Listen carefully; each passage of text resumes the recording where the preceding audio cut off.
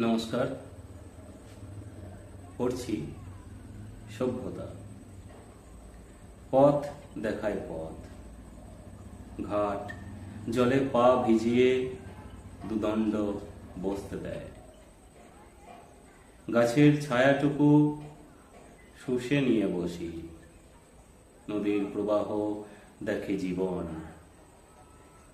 পশু পাখিরা খাবার থালায় সেজে বসে আমার।